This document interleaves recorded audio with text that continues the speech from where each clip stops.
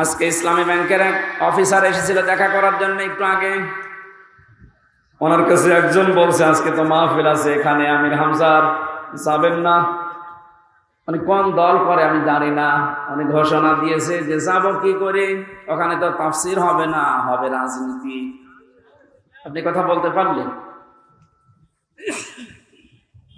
আমি কোরআনে মানুষ উল্টা পাল্টা ধারণা করবে আমার কথা শোনার পরে, জন্য আমি আয়াত, পারা, পৃষ্ঠা, লাইন, রুকু, সূরার নাম, তাফসীরের নাম সব বলে দেই, যে আপনি বাড়িতে মিলিয়ে দেখেন আমার কথা কোরআন হাদিসের বাইরে যায় কিনা। এরপরেও যে লোকটাই কথা বলেছে যে ওখানে ওয়াজ হবে না, তাফসীর হবে না, রাজনীতি হবে, রাজনীতি কি ওয়াজের বাইরে? রাজনৈতিক জীবনে যারা ভুল করছেন, কোরআন আর হাদিস বাদ দিয়ে যারা রাজনীতি করে জাহান্নামে যাচ্ছেন, আপনাকে তো আমার বাঁচানো লাগবে। আপনি আরো বন্ধু মনে করে আসবেন তাড়াতাড়ি না, উল্টা পাল্টা ফতোয়া দিয়ে নিজেও আসেন না, মানুষের মনোসন্দেহ তৈরি করেন। যিনি কথা বলেছেন তিনি ভুল পথে আছেন। আপনি এখন যদি তাওবা না করেন যে ওখানে গেলে রাজনীতি হবে, তাফসীর হবে না, আপনি যদি একটা সজ্ঞানে বলে থাকেন, আপনার ঈমান নষ্ট হয়ে গেছে। কারণ রাজনীতি এ শব্দটা কোরআনে নেই। বলেন,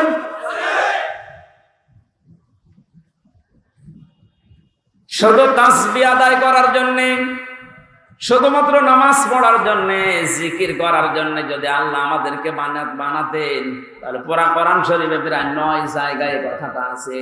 সাব্বাহা লিল্লাহি মা ফিস সামাওয়াতি ওয়া মা ফিল আরদ।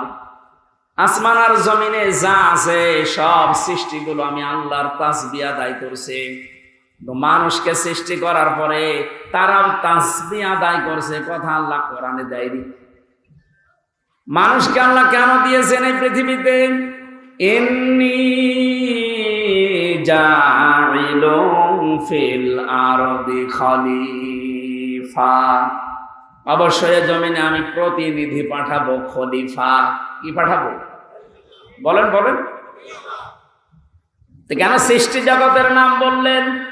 যে জমিন আসমানে যা আছে সবাই আল্লাহর তাসবিহ পড়ছে, আর মানুষ বানানোর আগেই তিনি বললেন আমি জমিনে পাঠিয়েছি খলিফা।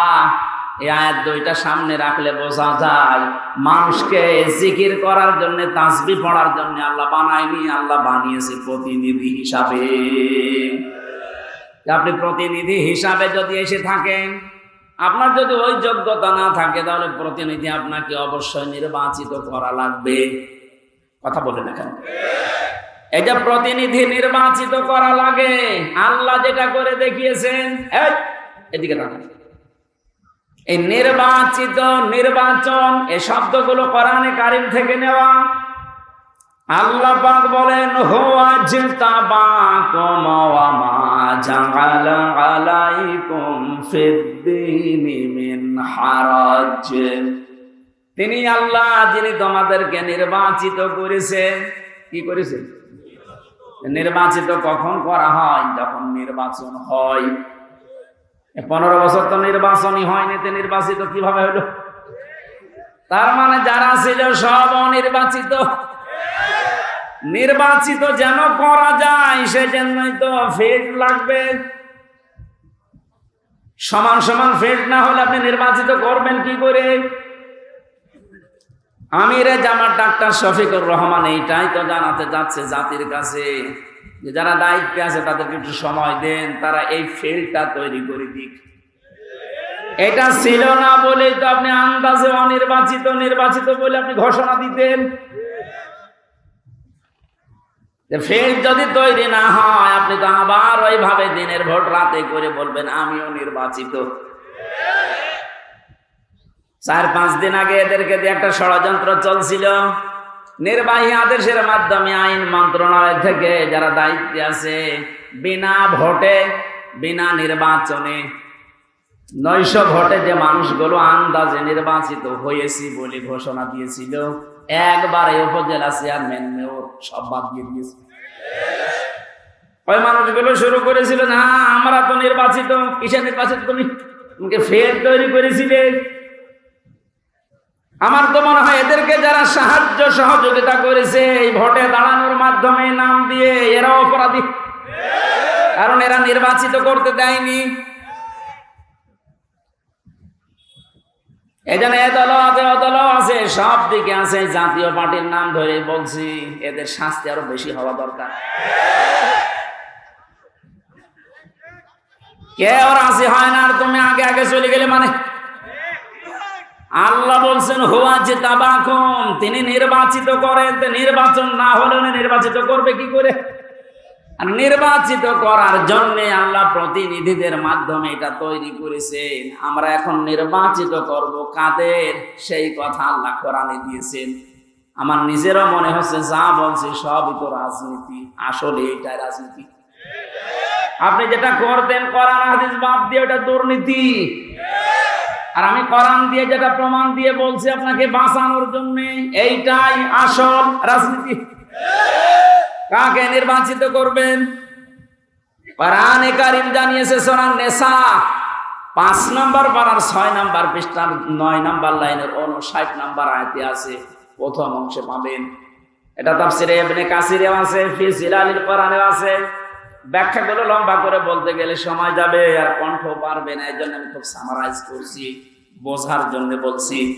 ইয়া আইয়ুহাল্লাযীনা আমানু আতিউল্লাহা ওয়া আতিউর রাসূলা ওয়া উলিল আমরি মিনকুম। এখানে আলেম বসে আছে, যারা এখানে বসেন কোরআন হাদিস তারা একটু খেয়াল করবেন, যারা বসেন না তারা আরে অ্যাক্টিভ হবেন যেন বাড়িতে মিলাতে পারেন। আল্লাহ ডাক দিয়েছেন ইমানদারেরা আমার আনুগত্য করো, আমার রাসূলের আনুগত্য করো। আর তোমাদের ভেতরে যারা উলিল আমর, নেতৃত্ব দেয়, নেতা যারা, তাদেরকেও মেনে চলো। প্রশ্ন আমার এখানে আতিউ, এটা ফেল ভার্ব, এটা ক্রিয়া। এই শব্দটা আল্লাহ নিজের নামে রাসূলের নামে দিয়েছেন, কিন্তু উলিল আমরের আগে দেয়নি। এই কথা বলেন না কেন? শুধু জি বলা না, এটা নিয়ে যাওয়া লাগবে যা একটা বাড়িতে, তাহলে ওই যে লোক ইসলামী ব্যাংকের অফিসারের কাছে বলেছে যেখানে রাজনীতি হবে ও জীবনের কথা বলবে না। আতিউ শব্দটা আল্লাহ নিজের নামে রাসূলের নামে দিলেন, উলিল আমরের আগে দেয়নি। কেন দেয়নি? কারণ আল্লাহ রাসূলকে মানা লাগবে, কোনো প্রশ্ন করা যাবে না। কথা বলে না কেন? কিন্তু উলিল আমর যদি মেনে চলতে হয়, যেহেতু ওনারা আল্লাহকে তো আপনি এখানে পাচ্ছেন না, রাসূলকে পেয়েছিলেন কিন্তু এখন নেই, কিয়ামত পর্যন্ত উনি আসবেন না, কিন্তু উলিল আমর তো আসবে। এই জন্য উলিল আমরকে যদি আপনি মেনে চলতে চান, দেখতে হবে উপরে বর্ণিত এই দুইটা আছে কিনা, আল্লাহ রাসূলকে ওই লোকটা মেনে চলে কিনা। আপনি যাকে নেতা মানবেন, যার নেতৃত্বে চলবেন, যাকে আপনি নির্বাচিত করবেন, আমি এই শব্দগুলোকে বানাচ্ছি। হুয়া জিতাবাকুম, এ জিতেবা মানে নির্বাচিত করা। নির্বাচন না হলে নির্বাচিত করা যায় না। আল্লাহ তাহলে নির্বাচনের মাধ্যমে নির্বাচিত করেছেন আমাদেরকে। কোটি কোটি মানুষেরা উম্মত হওয়ার জন্য আশা পেশ করেছিল, আকাঙ্ক্ষা, কিন্তু আল্লাহ তাদের বাছাই করেনি।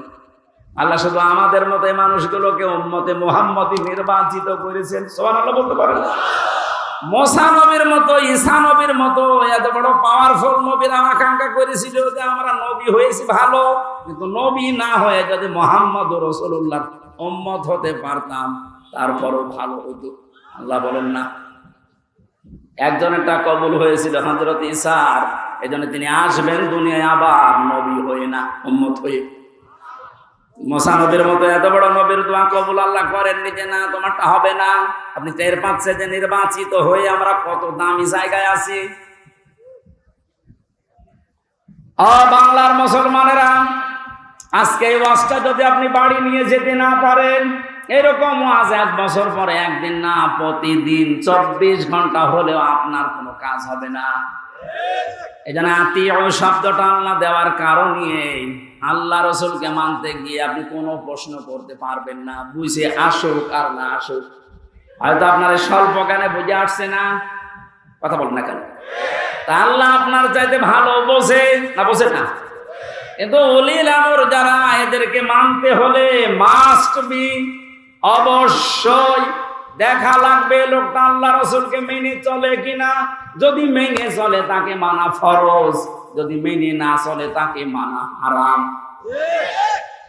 হযরত সাদ ইবনে আব্দুল্লাহ ইবনে সাদ রাদিয়াল্লাহু তাআলা আনহু বিবাহ করার পরে খোরমা বিলি করলেন, মিষ্টি বা খোরমা খেজুর।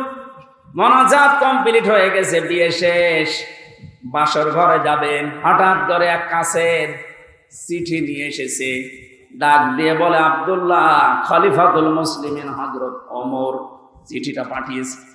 উনি চিঠি খুললেন, ওখানে লেখা দেখলেন, ও আব্দুল্লাহ, যেখানে থাকো আমি রাষ্ট্রের দায়িত্বে আছি। ওমর, আমি তোমার উলিল আমর বলছি, আমি তোমার উলিল আমর বলছি, যেখানে থাকো চিঠি পাওয়ার পরে সঙ্গে সঙ্গে দেখা করো, তোমার জিহাদের ময়দানে পাঠাবো। উনি মুরব্বীদেরকে জিজ্ঞাসা করলেন, মুরব্বীরা বলে, হ্যাঁ আপনি যান, কিন্তু বাসরটা শেষ করেন। হযরত আব্দুল্লাহ ওই মজলিসে উঠে দাঁড়িয়ে কোরআনের কয়েকটা আয়াত পড়ে তাদেরকে জানিয়েছিলেন, ইয়া আইয়ুহাল্লাযীনা আমানু মা লাকুম ইযা ক্বিলা লাকুম ইনফিরু ফী সাবিলিল্লাহি সাকালতুম ইলাল আরদ আরাদিতুম বিল হায়াতিদ দুনিয়া মিনাল আখিরাহ ফামা মাতাউল হায়াতিদ দুনিয়া ফিল আখিরাতি ইল্লা কলিল। সূরা তাওবার ভেতরে আছে, আমি শব্দটা বোঝানোর জন্য আয়াতটা পড়লাম, খুব ভালো করে মিলান। তিনি মুরব্বীদেরকে বললেন, হে আমার মুরব্বীরা, আমার মাথার তাজ, আপনারা, সম্মান করি আপনাদের। আল্লাহ কি ডাক দিলেন আমাকে, ঈমানদারেরা, যখন তোমাদেরকে আল্লাহর রাস্তায় বের হওয়ার জন্য বলা হয় তখন তোমরা মাটি কামড়িয়ে পড়ে আছো। তোমরা কি দুনিয়ার জীবন পেয়ে সন্তুষ্ট হয়ে গেলে? অথচ আখিরাতের তুলনায় দুনিয়ার জীবন একেবারেই সামান্য। তার মানে এই ময়দানে আমাকে এখন পাঠাতে যিনি চাচ্ছেন উনি সাধারণ মানুষ না, উলিল আমর। কেন? হযরত ওমর যেহেতু আল্লাহ রাসূলকে মেনে চলে, এই জন্য ওমরকে মানা এই মুহূর্তে ফরজ। কথা বুঝলেন? আজ আমাদের বাস্তবতা যদি আমরা এভাবে মিলাতে পারতাম যে আল্লাহ রাসূলকে যে মেনে চলে আমরা তাকে নির্বাচিত করব, আল্লাহ রাসূলকে যে মেনে চলে না, ও আমার বাবা হলে ওকে আমি নির্বাচিত করব না। কারণ এটা দুনিয়ার বিষয় না, এটা সম্পর্ক আখিরাতের সাথে। নয়তো আমি ধরা খাবো। আপনি যে ধরা খাবেন তার প্রমাণ কি? সূরা বানী ইসরাঈল 15 নম্বর পারা 8 নম্বর পৃষ্ঠা 3 নম্বর লাইনের 72 নম্বর আয়াতের প্রথম অংশে আছে, বাড়ি যে মিলাবেন যদি বিশ্বাস না হয়, আবার ওই লোকের মতো আবার বললেন না যে না আজকে রাজনীতি হচ্ছে। ইয়াওমা নাদউ কুল্লা উনাসিন বিইমামিহিম।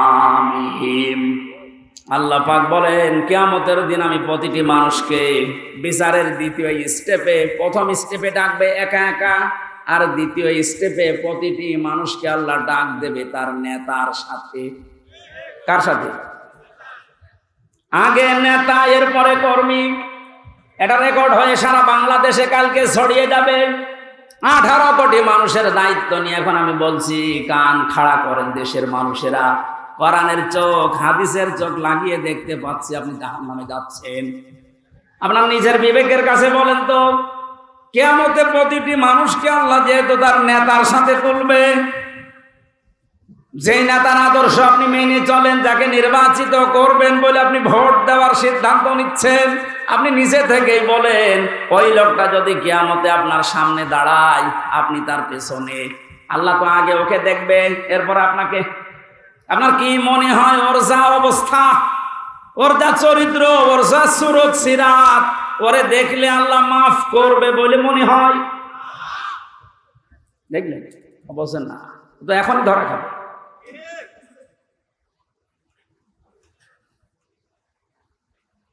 আপনি নিজে এখনই বললেন যে আমি যার পেছনে আছি, অন্তত যাকে নির্বাচিত করতে চাই বলে সিদ্ধান্ত নিচ্ছি, ভোট দেব বলে আমি মনে মনে করছি, এই লোকটার সাথে কিয়ামতে আল্লাহ ডাকলে আমারে মাফ করবে না, নিজে বলল।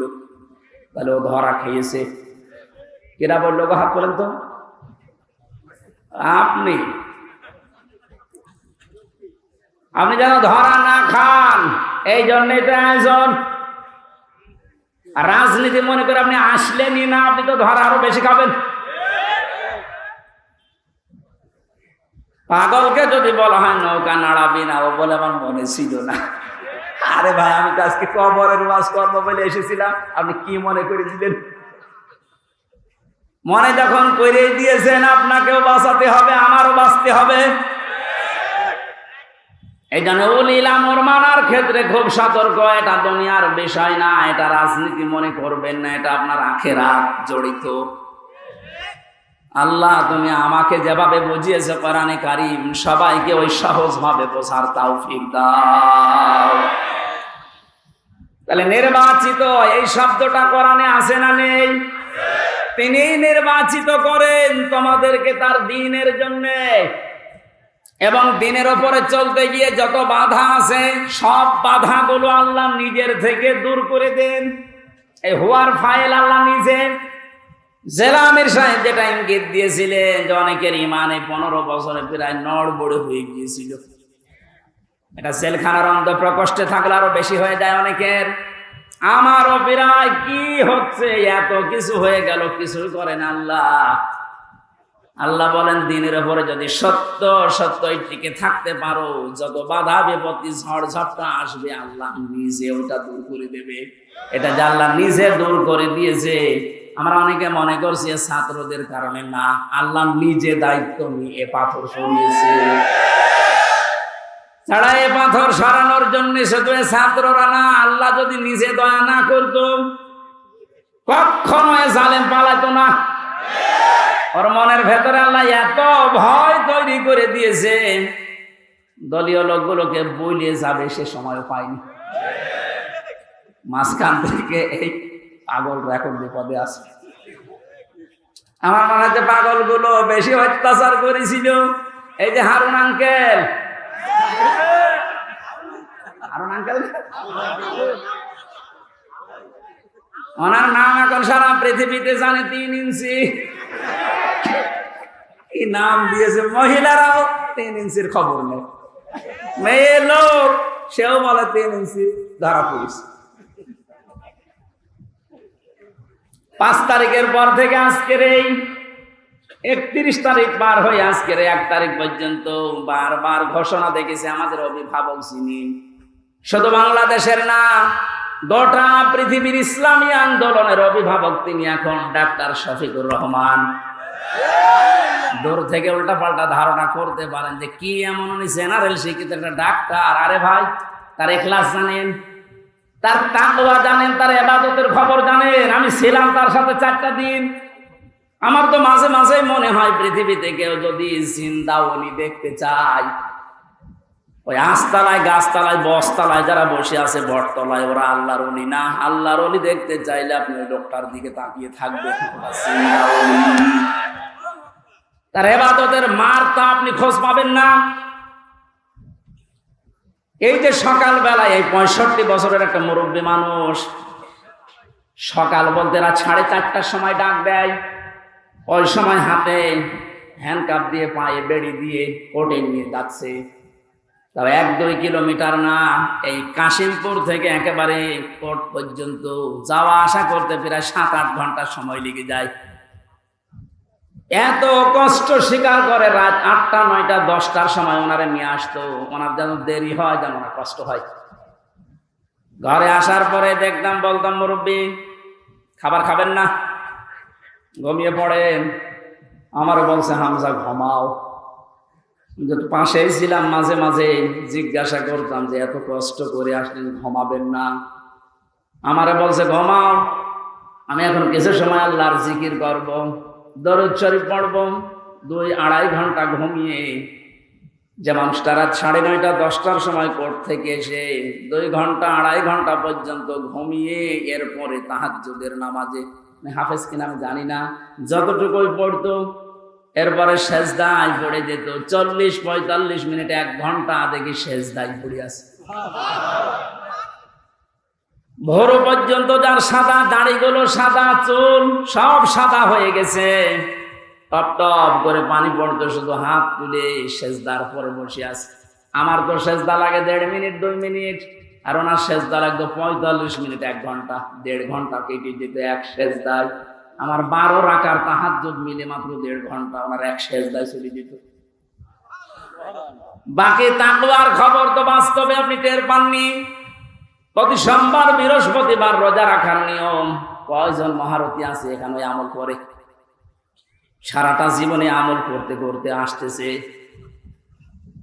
খালি ধারণা করে দূর থেকে, হ্যাঁ কি জানে, এত ডাক্তার মানুষ, তার যে এলেমের বহর, একটা জেনারেল মানুষ হয়ে কোরআনে কারিম এরকম গভীর গভীর কথা বলা আমি বিশ্ববিদ্যালয়েও পাইনি। আরে ভাই, আমি তো ভার্সিটিতে শেষ করে আসলাম, আমাদের বহর তো আমি দেখেছি।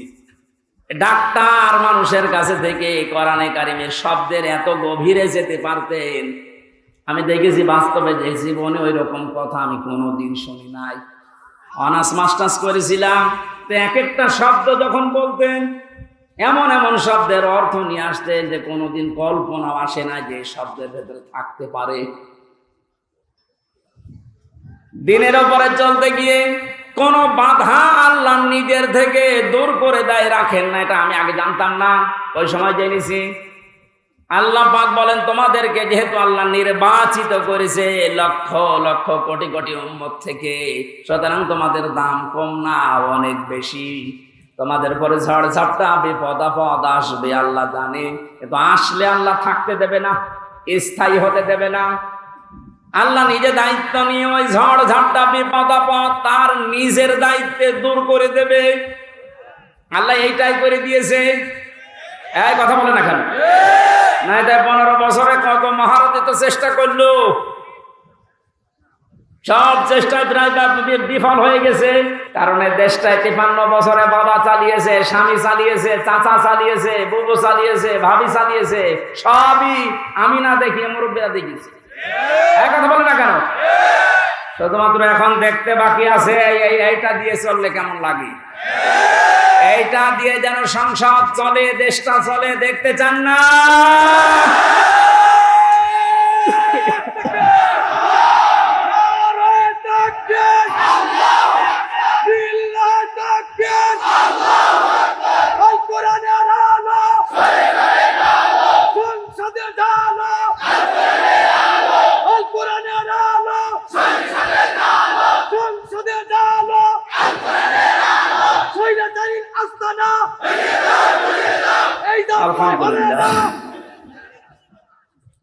অনেককে এখন এই নতুন একটা পায়তারা আজ 2 দিন থেকে শুনছি আরম্ভ করেছে যে ইসলাম যদি যায়, এরা ভুলভাল আপনাদেরকে বোঝাচ্ছে, যদি ইসলাম যায় মেয়েরা আপনারা কিন্তু আবার ঘরবন্দি হয়ে যাবে। এই জুজুর ভয় দেখিয়ে লাভ নেই, মেয়েরা এখন বুঝতেছে। আপনি স্ট্যাটাস গুলো পড়েন ফেসবুকে, অধিকাংশ মেয়েরা এখন বলতে চাচ্ছে ইসলাম আসলে আমরা মায়ের কোলে থাকবো। আমিরে জামাত ঘোষণা দিয়েছে, যদি আল্লাহ আমাদেরকে কবুল করেন, মেয়েরা যে নিরাপত্তা পাবে কিয়ামত পর্যন্ত এই দেশের মেয়েরা বলতে পারবে না যে আবার কোরআন বাদে অন্য কিছু আসুক। আমরা এটা দেখাতে চাই, দেখাবো ইনশাআল্লাহ। কোরআনের সূরা শূরা, শূরা মানে সংসদ, শূরা মানে কি? যেহেতু সংসদ নির্বাচন সামনে আসছে, সংসদ নির্বাচন করার জন্য যে 7টা পদ্ধতি আছে, 7টা গুণ দেখে দেখে নেতা নির্বাচন করা যায়, ওই কথাগুলো আল্লাহ সূরা শূরার ভেতরে দিয়েছেন। আমরা মাত্র একটা আয়াত পড়েছি, আয়াতের নাম্বারও 7। কত? আমরা সব কিছু বাদ দিয়ে সরাসরি কোরআনের আয়াতে যাচ্ছি।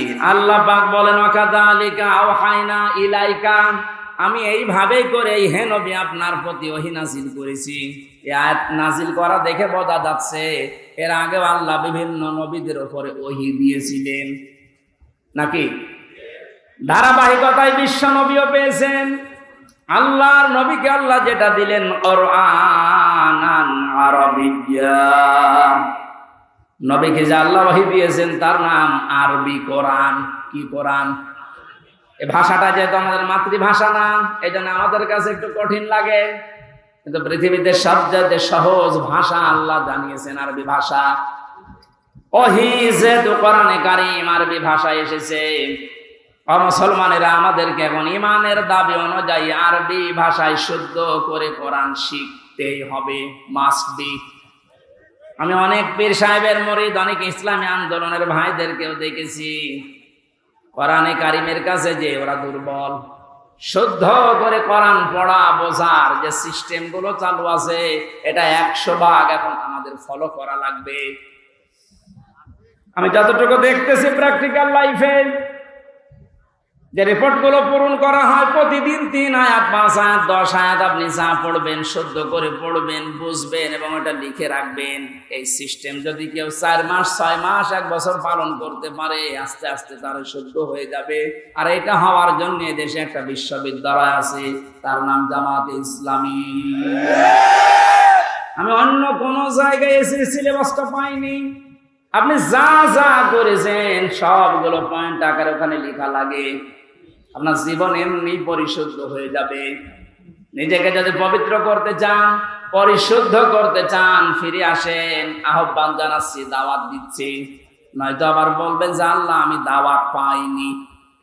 এই জন্য দাওয়াত দিয়ে দিলাম। যদি বিশ্ববিদ্যালয়ে পড়ার ইচ্ছা থাকে, আপনি মূর্খ মানুষ হন, অসুবিধা নেই। বিশ্ববিদ্যালয়ে যদি পড়াশোনা করার মন মানসিকতা থাকে, ইচ্ছা থাকে, বাংলাদেশ জামাতে ইসলামীতে আপনি যোগ দিয়ে পড়া দেখবেন বিশ্ববিদ্যালয়ের মতো। আপনার জীবন ঠিক ওই ধাঁচে গড়ে তুলবে। একটা মানুষ সব দিক থেকে পারদর্শী হয়, অথচ লোকটা দেখেন ডাক্তার। আজকে কুষ্টিয়াতে ভাষণ দেওয়ার সময় তিনি উদাহরণ দিচ্ছিলেন, উনি কিন্তু একটা সার্জন ডাক্তার, অপারেশন করতেন। তার মানে ডাক্তারি লাইনে উনি সর্বোচ্চ।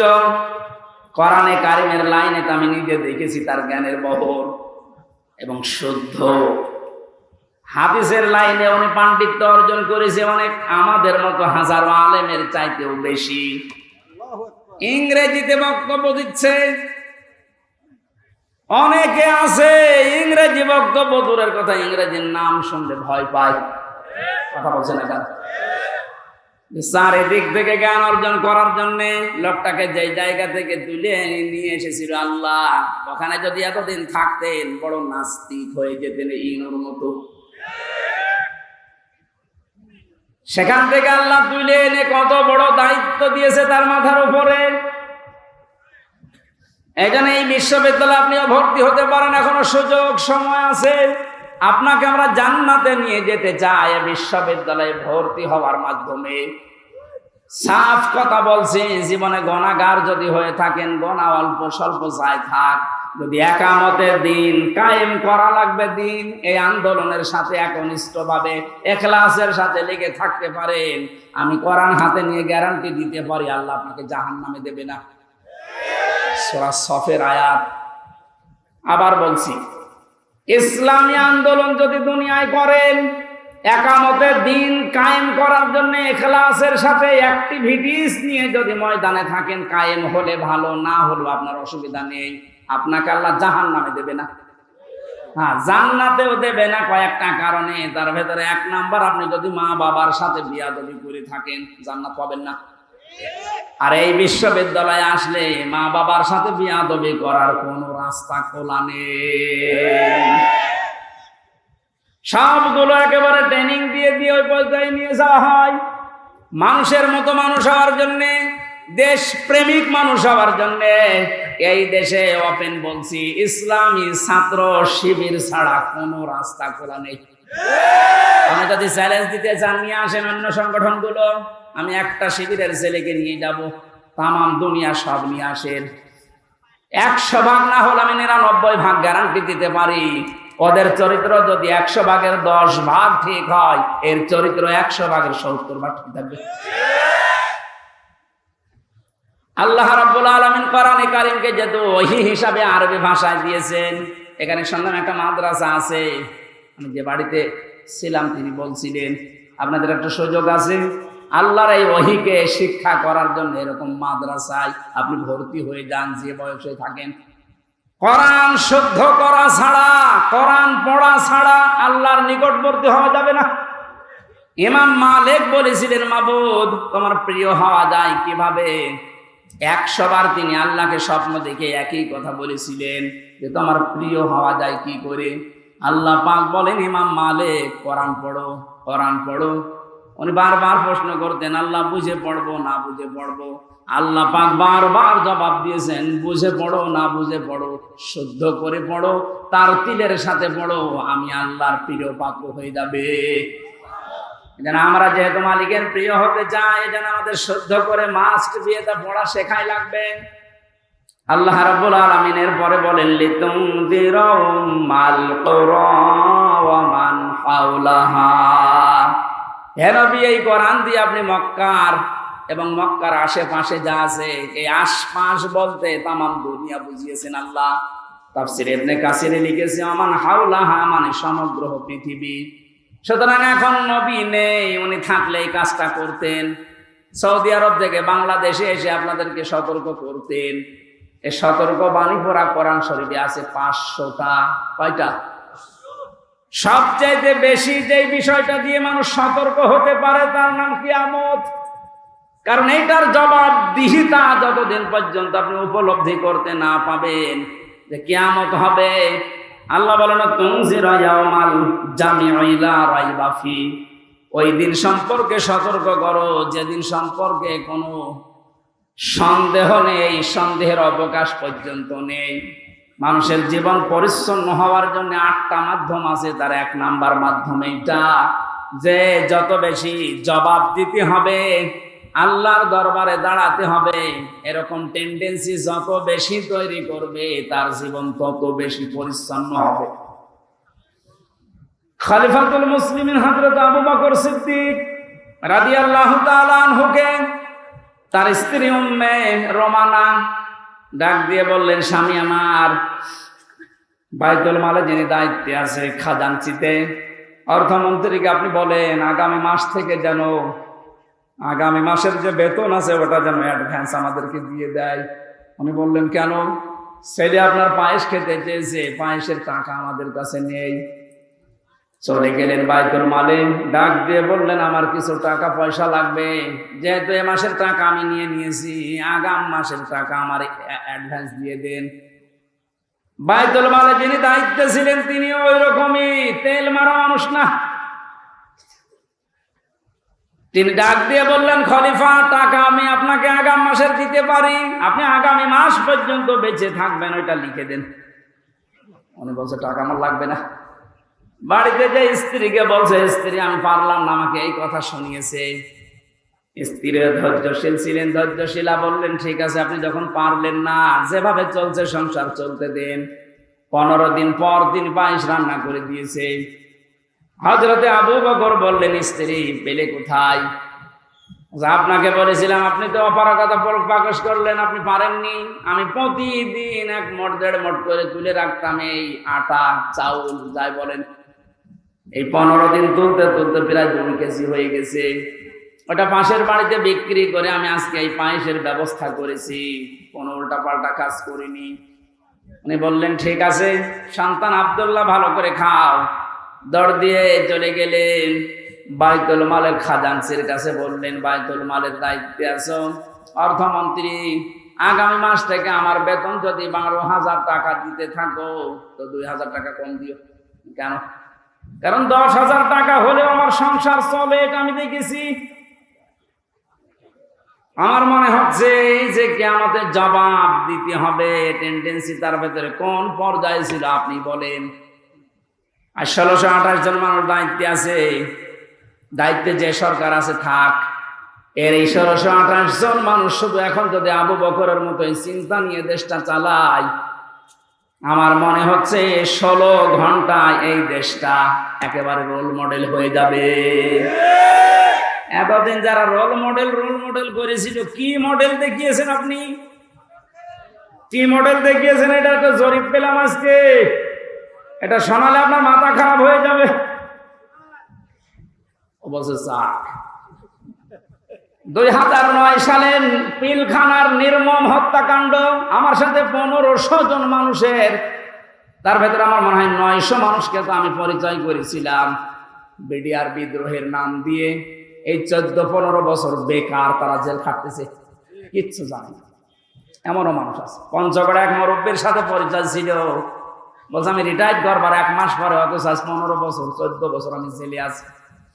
2013 সালে হেফাজতের কর্মীদের শাপলা চত্বরে যে নির্মম হত্যাকাণ্ড, 2014 সালে একক নির্বাচন, 2018 সালে কোটা আন্দোলনকারীদের নির্মম নির্যাতন, 2018 সালে নিরাপদ সড়ক আন্দোলনকারীদের নির্মম নির্যাতন, 2018 সালের নির্বাচনী গায়েবী ভোট, বিরোধী দলীয় নেতা কর্মীকে গুম, খুন, হত্যা এবং আয়নাঘর, 11 লক্ষ কোটি টাকা বিদেশে পাচার, তার ভেতরে এক দরবেশী 36,000 কোটি টাকা, এটা 11 লক্ষ কোটি। দলীয় প্রয়োজনে পুলিশকে ব্যবহার, বাক স্বাধীনতা কেড়ে নেওয়া, সর্বশেষ 2024 সালে কোটা আন্দোলনের নামে গণহত্যা। এর একটা অস্বীকার করতে পারবেন? আমি দেয়নি, বিবিসি দিয়েছে জরিপটা।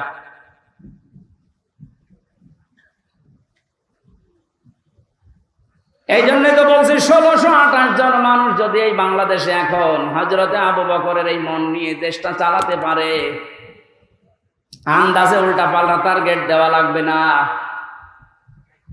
কি রোল মডেল বানিয়েছিলেন? এই যে জরিপ এখন সামনে আসতেছে, কত বড় দুর্নীতিগ্রস্ত একটা রাষ্ট্র হয়ে গেলে বাইতুল মোকাররমের ইমাম পর্যন্ত পালিয়ে যায়। একটা বড় মসজিদের খতিব, সে লোকটাও পালিয়ে গেল। তার মানে কোন জায়গাটা বাকি আছে আপনি বলেন? কোন জায়গা বাকি নেই। একটা মসজিদের খতিব যদি পালিয়ে যায়, আসলটা তো পালিয়েছে, মসজিদের খতিব পালিয়েছে।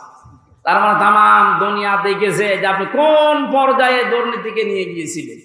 আর রোল মডেল বানিয়েছেন বাংলাদেশ। রোল মডেল হবে হযরতে আবু বকরের চিন্তা নিয়ে আসেন যে আমার 8,000 10,000 টাকা হলে মাস চলে যায়, অর্থমন্ত্রী আগামী মাস থেকে তুমি 2,000 কম দিও। কিয়ামতে জবাব দিতে হবে। বিশ্বাস যত বেশি তৈরি হবে, আপনার জীবন পরিচ্ছন্ন হবে। ফারিকুন ফিল জান্নাতি ওয়া ফারিকুন ফিস সাঈর। একদল মানুষকে আল্লাহ জান্নাতে প্রবেশ করাবে, একদল মানুষকে জাহান্নামে দেবে। সুতরাং যাদেরকে জান্নাতে দেওয়ার ঘোষণা দিচ্ছেন, আল্লাহ যেন এই দলে শামিল হওয়ার তৌফিক